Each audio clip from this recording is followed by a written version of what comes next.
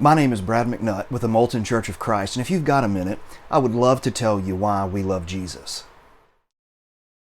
Kyle Carpenter is the youngest Medal of Honor recipient in the history of the award, and he wrote a book a few years ago that chronicled his story of what won him that award, which was he was on patrol one evening and a grenade was thrown on the rooftop where he and his friend were on patrol.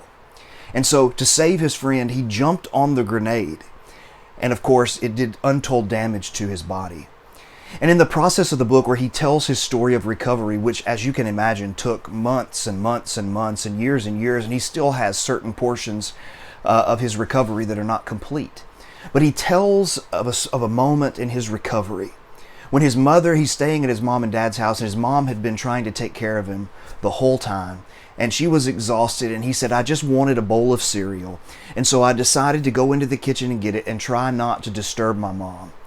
And so with the damage that had been done to his arms and his hands, he went and he poured the bowl of cereal, of course, got it everywhere. And then he went to raise the spoon to his mouth, and his hand just began to shake so much. And he said this was the first time in the whole recovery that I finally broke down. He said his mom heard the noise and came into the kitchen and found him sobbing. And she said, Kyle, what's wrong? He said, Mom, who is ever going to love me like this? Who's ever going to love me like this? Now, thankfully, Kyle's story is one where he has recovered. He has married, found someone who loves him. But you know, that reminds me of another story in Scripture that reminds me of why I love Jesus so much. There was a leper that came to Jesus on an occasion and fell on his face and begged Jesus, saying, if you are willing, you can make me clean. And if you study the history of leprosy, of course, leprosy as it's used in the Bible is a generic term. It can encompass many things.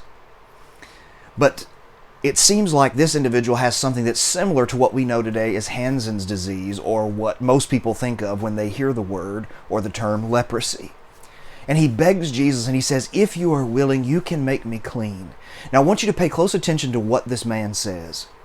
He never for a moment doubts that Jesus has the power to heal him.